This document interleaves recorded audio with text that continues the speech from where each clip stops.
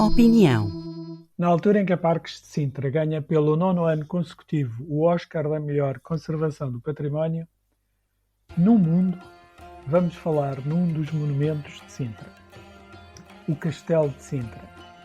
Quem se aproxima de Sintra vê dois monumentos no alto da serra, um palácio romântico, com as garridas e uma muralha de pedra escura. É normal que se fixe no Palácio da Pena e não no Castelo de Sintra, mais conhecido por Castelo dos Mouros. No Palácio da Pena, o mais importante é o que se vê de fora para dentro. E ao contrário, no Castelo, o mais importante é o que se vê de dentro para fora. Há vestígios de presença humana na Serra de Sintra com mais de 7.000 anos. E o castelo foi construído no século X, durante a ocupação muçulmana, e no seu interior existia um bairro muçulmano. Mas por que raio foram os mouros construir um castelo e viver no alto da serra quando tinham tão perto as praias de Sintra, que são muito mais agradáveis? A primeira razão foi aquela pela qual se construíam castelos: proteger os seus habitantes. Quem o quisesse conquistar tinha de escalar todos os pedregulhos e chegava com pouca vontade de lutar. Lembremos que ainda não existiam os tuk-tuks que hoje inundam Sintra. A segunda razão, e talvez a mais importante, é aquela que ainda hoje podemos admirar. Do Castelo dos Mouros é possível ver e controlar tudo o que se passa à volta, desde Mafra a Cascais e a Lisboa. É certo que ainda não se podia ver o Cristo Rei como agora, mas conseguiam controlar as principais rotas de acesso a Lisboa. O Castelo de Sintra foi construído como um ponto de atalaia, uma defesa avançada de Lisboa. Quando eu era criança e vivia mesmo ao lado do Palácio Nacional de Sintra, todos os dias via ao castelo e aprendi nos livros da Escola do Estado Novo que ele tinha sido conquistado por Dom Afonso Henriques aos Mouros. O regime fascista sempre exagerou um bocadinho as conquistas. Na minha mente infantil, imaginava o exército cristão a escalar as pedras da serra com as pesadas armaduras e o Dom Afonso Henriques com a espada enorme que se diz que tinha. Na verdade, a conquista do castelo foi bem mais fácil. Após a conquista de Lisboa, os mouros entregaram o Castelo de Sintra. Mas foi aí, exatamente nessa altura, que a lenda começou a misturar-se com a história. Diz que quando Gualdim Pais, a quem Afonso Henriques doou Sintra, foi tomar posse do castelo, este estava vazio. Tinham desaparecido todos os seus habitantes. Só estava um velho que lhe entregou a chave. Porque fugiram os mouros, é fácil de entender. Mas fugiram como? E por onde? Segundo a lenda, fugiram por um túnel que ligava o castelo à povoação de Rio de Moro, que fica a vários quilómetros. Mas terá existido o dito túnel?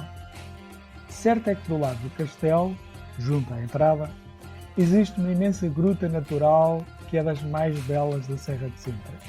Está hoje fechada por uma porta de ferro. E em Colarido, no limite entre o Cacém e Rio de Moro, existe outra gruta conhecida como a Gruta dos Mouros. Possui 4 poços com profundidades de 4 a 12 metros, correm nela 2 ribeiras subterrâneas e até tem uma cascata com 15 metros de altura. Não resiste a 2 comentários. O que os atuais utentes da estrada que liga Sintra a Lisboa não dariam para que ainda existisse esse túnel.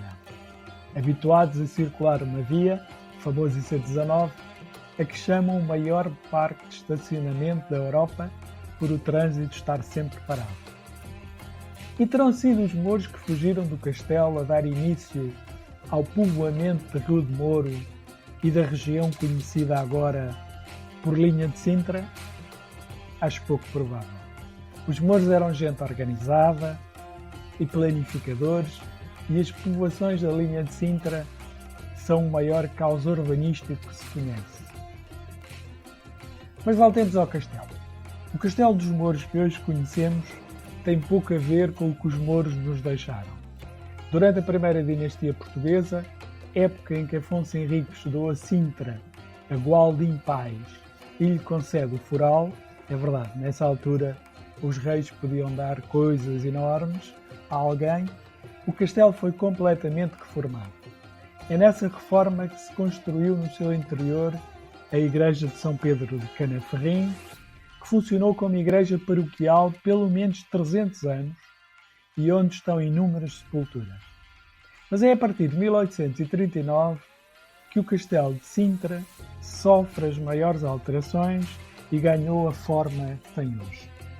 Foi nesse ano que Dom Fernando, o consorte da Rainha Dona Maria II, afurou o castelo e o mandou reconstruir. Os livros da história dizem que o reconstruiu, mas eu acho pouco crível que tenha sido ele a carregar as pedras. Dom Fernando era um príncipe alemão, homem culto, moderno, pintor e amante das artes. Foi ele que mandou remodelar um antigo convento, criando o Palácio da Pena para aí viver. Foi no seu tempo que Sintra adquiriu a grandiosidade que tem hoje e se transformou num dos maiores exemplos do romantismo. Foi também nessa época que se plantaram os mais importantes parques de Sintra, recorrendo a muitas espécies vegetais vindas do Oriente. A camélia, por exemplo, que veio do Japão, tornou-se num dos símbolos de Sintra. Nessa época o castelo estava em ruínas devido ao abandono e aos estragos provocados pelo terremoto de 1755. E Dom Fernando quis que ele fosse um exemplo do romantismo e adquirisse a função que ainda tem hoje. Um castelo paisagem, um ponto de visita turístico de onde se pode apreciar uma paisagem fabulosa. E foram nessa época criadas as torres e reconstruída toda a muralha. O Castelo de Sintra foi classificado como Monumento Nacional em 1910 e teve sucessivas reparações e pequenas intervenções ao longo de todo o século XX. Em 1995, a Unesco classificou a paisagem de Sintra, na qual se inclui o castelo, como Património Mundial. Foi depois de 2000, quando a Parques de Sintra assumiu a sua gestão, que foram feitas as alterações que se podem apreciar hoje. Foi criado o Campo de Investigação Arqueológica, realizadas obras de requalificação e criadas instalações de apoio aos visitantes. A ruína da Igreja de Canaferrim foi transformada num centro interpretativo onde é possível conhecer a história dos habitantes do castelo através de artefactos descobertos nas diferentes escavações. Quando estiver perto de Sintra, não deixe de visitar o castelo. São muitos degraus para lá chegar, é verdade, mas vale muito a pena.